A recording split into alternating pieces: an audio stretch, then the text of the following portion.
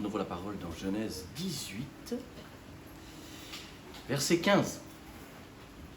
Je vous parle à vous aujourd'hui, et je vous parle aussi à chacun de ceux qui nous aident dans la chaîne de prière. La question aujourd'hui, c'est: dans quel état je suis quand je prie?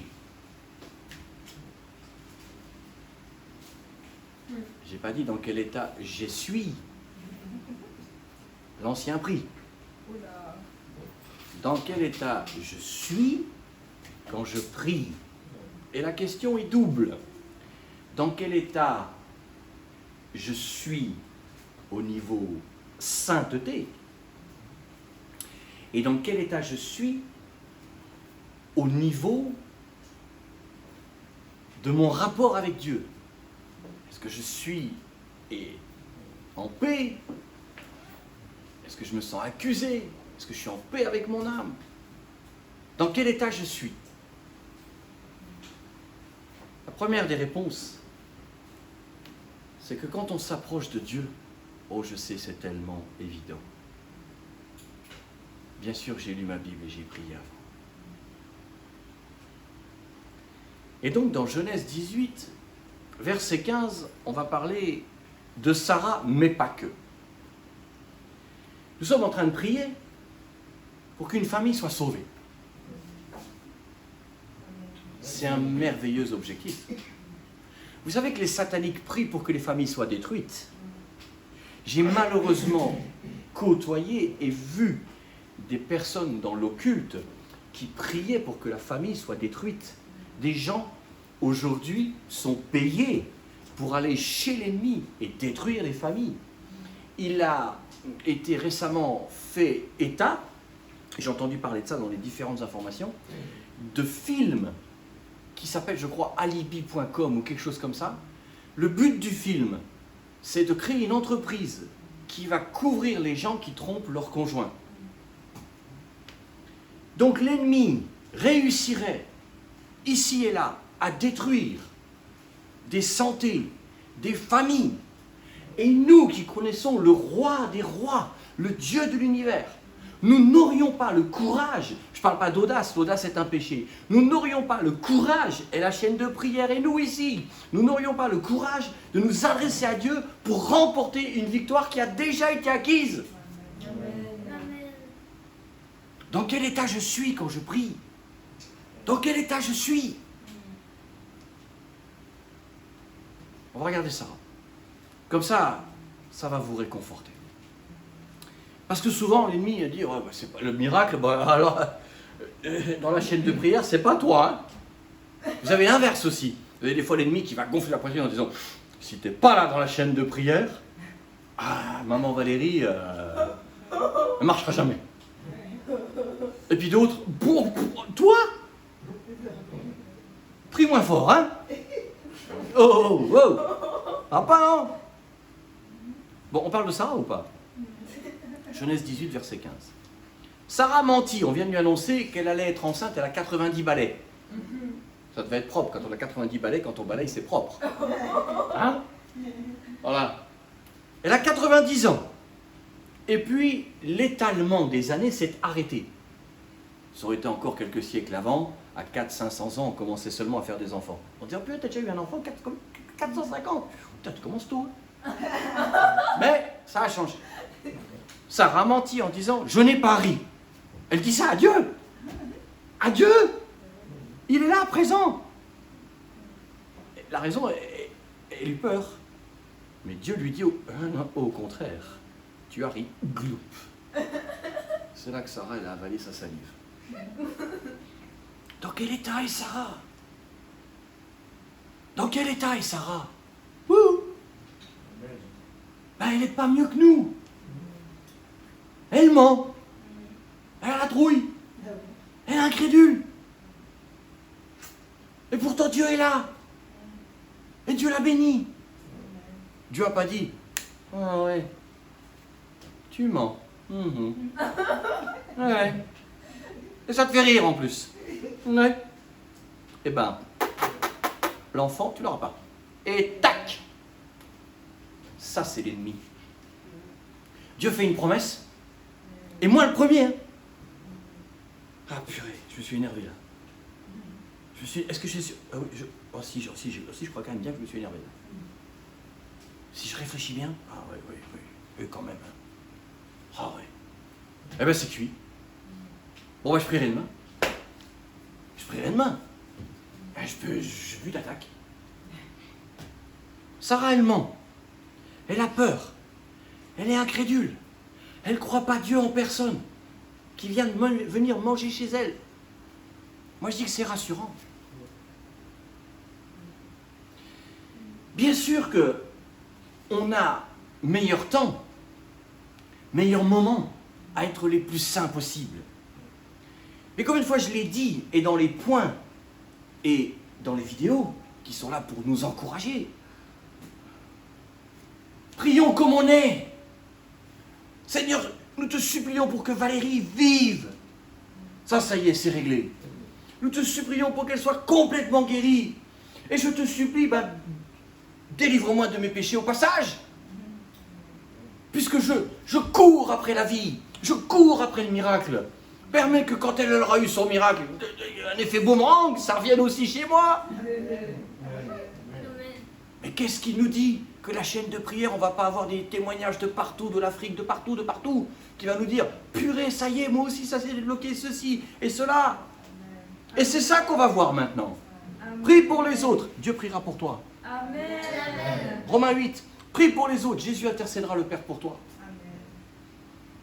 Donc, ici, Dieu, ces hommes se levèrent pour partir et ils regardèrent du côté de Sodome. Cette fois maintenant, on laisse de côté Sarah et on s'occupe de son mari, Abraham, qui n'était pas tout à fait tip-top non plus et qui n'était pas tout à fait certain non plus. Vous lirez en amont chez vous et vous verrez qu'il n'était pas en reste non plus, il n'était pas 100% dans la foi. Mais c'est encourageant. Parce que si on attend un miracle en disant quand on sera tous saints, elle se lèvera. Eh ben. Alors là, on laisse de côté Sarah, on s'occupe d'Abraham. Et on va regarder. Et la chaîne de prière, elle est en train de faire ça. Elle est complètement en train de faire ça. Verset 17. L'Éternel dit, cacherai-je à Abraham ce que je vais faire? Moi, je m'attends à chaque minute, à chaque jour, que l'un d'entre vous dans l'Église et que l'un d'entre vous dans la chaîne de prière soit rempli du Seigneur et reçoive des paroles de vie. Et quand ça arrive, je les note au crayon de papier, parce qu'il faut tout examiner, et on n'est pas en train de lire, on parle d'une vie humaine. Mais oui, Dieu parle. Amen ou pas. Oui, Dieu guérit. Oui, Dieu fait ça. Donc, Abraham et Sarah ne sont pas... Ils pourraient... Ils n'ont pas... Pourtant, Dieu parle. Et Dieu, à partir de ce verset, fait rentrer Abraham dans l'intimité du ciel. Il implique Abraham dans l'intimité du ciel. Il est le seul homme sur terre à savoir à ce moment-là ce que Dieu va lui dire. On parle de la destruction de Sodome et Gomorrhe. Abraham est le seul homme sur terre à avoir le flash info. Mais souvenez-vous qu'au départ, son cœur aime Dieu, mais il n'est pas parfait. Cacherai-je à Abraham ce que je vais faire? Abraham deviendra certainement, alors certainement dans la Bible, il faut bien comprendre, certainement c'est pas peut-être, certainement dans la Bible c'est de manière certaine. En araméen c'est comme ça, d'accord? Donc Abraham, de manière sûre et certaine, va devenir une grande, parce qu'aujourd'hui on utilise certainement pour dire peut-être, mais c'est pas ça littéralement. Donc Abraham deviendra certainement une grande nation puissante, et en lui seront bénies toutes les nations de la terre, car je l'ai choisi afin qu'il ordonne à ses fils et à sa maison, etc., etc., etc., etc. Verset 20.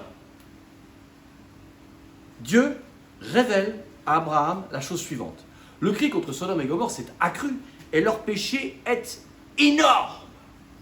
J'attire votre attention sur une chose importante. Souvent on entend une hérésie terrible. Il n'y a pas de petits et de grands péchés. C'est faux. Il y a des petits péchés, Il y a des gros péchés et il y a des péchés énormes et il y a plus encore que les péchés, ce sont les abominations et les infamies. Il y a une catégorie dans le péché. Si tu manges 1 centimètre de la banane de ton frère, c'est moins grave que si tu grilles un stop. Etc., etc., etc., etc. Le cri contre Sodome et Gomorrhe s'est accru et leur péché est énorme. C'est pourquoi je vais descendre et je verrai s'ils ont agi entièrement selon le bruit qui est venu jusqu'à moi. Si cela n'est pas, je le saurai. Les hommes s'éloignèrent, allèrent vers Sodome. Mais, souvenez-vous, on a lu le psaume 116. Mais j'ai crié vers le Seigneur. Mais j'ai invoqué le Seigneur. C'est ça qu'on fait tous les jours. Au Togo, j'ai encore appris par l'intermédiaire de ma fille qu'il y a une église, par Christian Frappier, que moi je ne connais pas, que je bénis au passage, qui rajoute des églises au Canada. Soyez bénis. J'ai un ami très cher, un pasteur qui s'appelle Yann, il est Sudaf, donc Afrique du Sud. Et j'ai appris cette semaine que des gens solides dans la foi prient en afrikaans pour maman. On ne comprendrait rien s'ils priaient devant nous. Mais merci Seigneur pour toute cette chaîne de prière qui ne faiblit pas, qui ne mollit pas, qui grossit, qui grossit. Donc vraiment merci à tous les frères et sœurs dans les nombreuses églises apparemment d'Afrique du Sud. Donc, mais nous tenons devant Dieu pour maman Valérie. Mais nous invoquons le Seigneur pour maman Valérie. Et c'est ça qu'Abraham est en train de faire. Mais Abraham se tint encore en présence de l'Éternel. Abraham s'approcha et dit, feras-tu aussi périr le juste avec le méchant? Mais Lot est à Sodome. Wouh. Mais maman est dans un lit d'hôpital. Mais maman ne peut pas marcher, elle ne peut pas parler pour l'instant. Mais Lot était condamné à une mort certaine avec du soufre, un scénario terrible. Mais Abraham, qui on s'en souvient juste avant, n'était pas tout à fait tip-top par rapport au fait de devenir papa à 100 ans. Et Sarah a menti. Mais la promesse, c'est la promesse.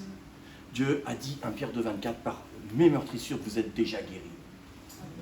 C'est l'amour qui gagne. C'est la phrase favorite de ma femme. C'est l'amour qui gagne. C'est l'amour qui gagne. C'est l'amour qui gagne. C'est pas intellectuel. Et donc là, Abraham sort la robe d'avocat. Et il commence sa plaidoirie. Il s'approche et dit, quoi? Feras-tu aussi périr le juste avec le méchant? Et, souvenez-vous, il n'était pas tout à fait certain par rapport à l'enfant. Parce qu'on est... Cet esprit d'adoption, on a tellement de mal des fois à y rentrer. On a des fois tellement de mal à... Oui, Dieu t'aime. Oh, Jésus t'aime, Jésus t'aime. Quand j'étais jeune, il y a une trentaine d'années, on faisait de l'évangélisation dans les rues de Toulon. Et je devais dire à peu près entre 300 et 500 fois par jour aux gens, Jésus vous aime. C'était la phrase que j'avais dans le cœur et je disais ça à des dizaines et des dizaines et des dizaines de personnes. Jésus vous aime, Jésus vous aime. Et un jour, à la fin de l'évangélisation, j'étais pas... Et un frère plus aîné vient me voir et me fait, tu dis à tout le monde que Jésus les aime. Moi, je te le dis à toi, Jésus t'aime. Jésus t'aime. Je suis rentré. Je me suis dit, ouais. Il faudrait quand même que je... Oui. Souvent, Dieu va les bénir. Mais Dieu t'aime. Dieu t'aime. Dieu t'aime. Ma femme, elle est aimée. On pourrait dire, dis donc, il prend pas bien soin. Si! Parce qu'elle devait périr, elle n'est pas morte. C'est déjà le fruit de la résurrection. C'est déjà le fruit évident d'une guérison qui est en train de venir. Amen. Alors Abraham, il prend son élan, mais pas trop vite. Il dit, Seigneur, 50. 50. C'est pas... C'est encore beaucoup. Peut-être. Y a-t-il 50 justes au milieu de la ville? Peut-être, maman Valérie, elle croit en toi. Bah oui, ça fait 50 ans que oui, Dieu, c'est connu au ciel. Alléluia. Et s'il n'y en a que 50, hein, elle ne sera pas guérie alors? Tu pardonnes pas, tu guéris pas, tu sauves pas? Sauve plus. Verset 25, on a déjà lu ça dans une autre vidéo. Faire mourir le juste avec le méchant, en sorte qu'il en soit du juste comme du méchant. Loin de toi. Loin de toi cette manière d'agir. Loin de toi. Celui qui juge toute la terre n'exercera-t-il pas la justice? Tous les jours, je dis au Seigneur, traitez maman Valérie. Valérie, Anne, faites veille. Traitez maman Valérie, qui est une juste, où ton sang coule avec les méchants. Loin de toi. Loin de toi. Loin de toi. Et Dieu se laisse fléchir. Voilà ce qu'il faut attendre. Le moment où Dieu va dire, j'en ai assez de cette chaîne de prière, vous me cassez la tête. Valérie, lève-toi. Amen. Au suivant. Alléluia. Alléluia. C'est ça. Il faut toucher le cœur de Dieu et je ne peux pas seul. Parce que les puissances des ténèbres sont là et veulent me faire du mal. Et je ne sais pas toujours comment je dois prier. Et je ne peux pas seul. Et personne ne peut rien seul. Amen. Et Dieu se laisse fléchir. Verset 26. Ok, si je trouve 50 justes dans Sodome, je pardonne à toute la ville à cause d'eux. Maman, pourquoi elle sera guérie, maman? À cause de nous. Dans le bon sens. Pour une fois que tu fais quelque chose à cause de toi, et que c'est de ta faute, et que c'est bien, hein? Bon, Abraham, souvenez-vous, il est comme nous. Il n'est pas... Abraham, il reprend son souffle, et il dit, verset 27, oh, j'ai osé parler. Il y a des fois, on n'ose pas croire. J'ai osé parler, mais je suis que poudre et cendre. Mais, bon, dans les 50, il va peut-être en manquer 5. Ça fait 45. Qu'est-ce qu'on fait? Qu'est-ce qu'on fait? Abraham obtient gage de la part du Seigneur. Ok, on ne fait rien s'il y en a 45. Verset 29. Abraham continue de parler et dit, peut-être. Il y en a qui sont partis en vacances. Du coup, il n'y en a plus que 40. Qu'est-ce qu'on fait? Ok. Dieu est bon. Seigneur, ça fait plus de tellement de jours. Qu'est-ce qu'on fait? Peut-être il manquera un peu de foi pour qu'on ait le miracle. Peut-être il manquera un peu de vie dans nos prières. Qu'est-ce qu'on fait? Il faut supplier Dieu jusqu'au moment où il va dire, ok, il vous manque la sainteté, ici et là. Il vous manque de la foi, de la persévérance, de la constance. Mais je reste Dieu. Amen. Amen. Bon, verset 30. Oh, là, Abraham, il est au bout du bout. Hein. Ne t'irrite pas, Seigneur. C'est déjà assez dur comme ça. Je parlerai, qu'est-ce qu'on fait si on a 30? Rien. Vous avez votre Bible? Rien. Alléluia. Verset 31.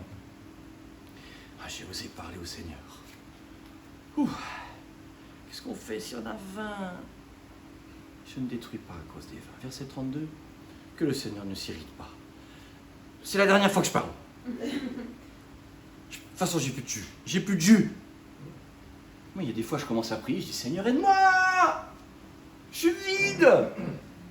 Aide-moi! Faut être honnête. Verset 32. Je parlerai plus que cette fois. Peut-être qu'il n'y en aura que 10. Parce qu'il sait une chose. C'est que Lot, ça fait 1. Avec sa femme, ça fait 2. Avec ses filles, ça fait 4. Parce que 1 plus 1, ça fait 2. Et puis, encore 1 et encore 1, a fait 2, a fait 4.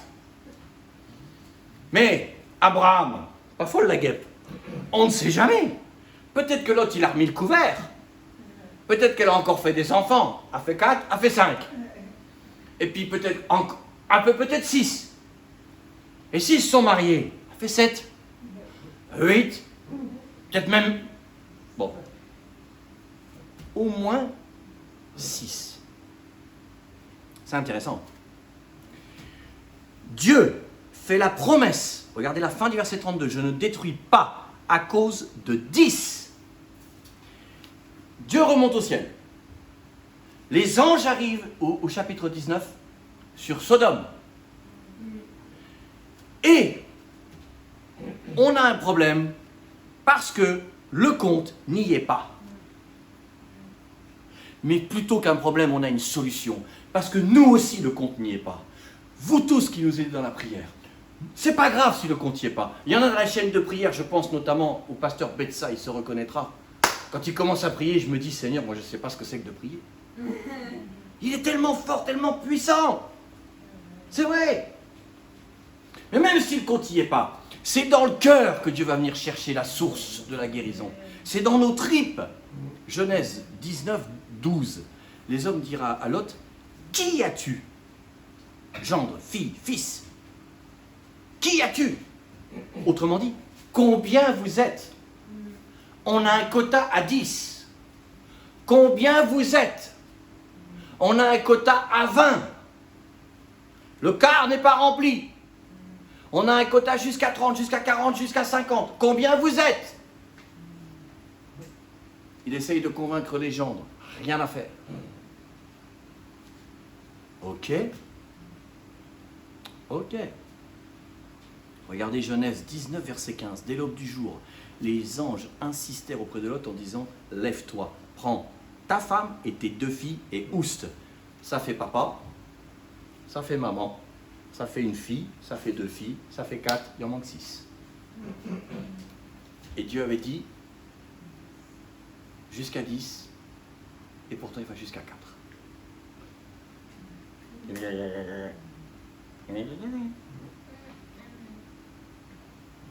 N'arrêtons pas.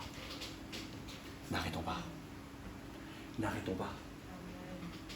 Ni pour maman Valérie, ni pour vos vies, ni pour vos fils et vos filles qui ne sont pas convertis, ni pour votre mari qui est pénible, ni ou votre femme ou votre belle-mère. N'arrêtons pas.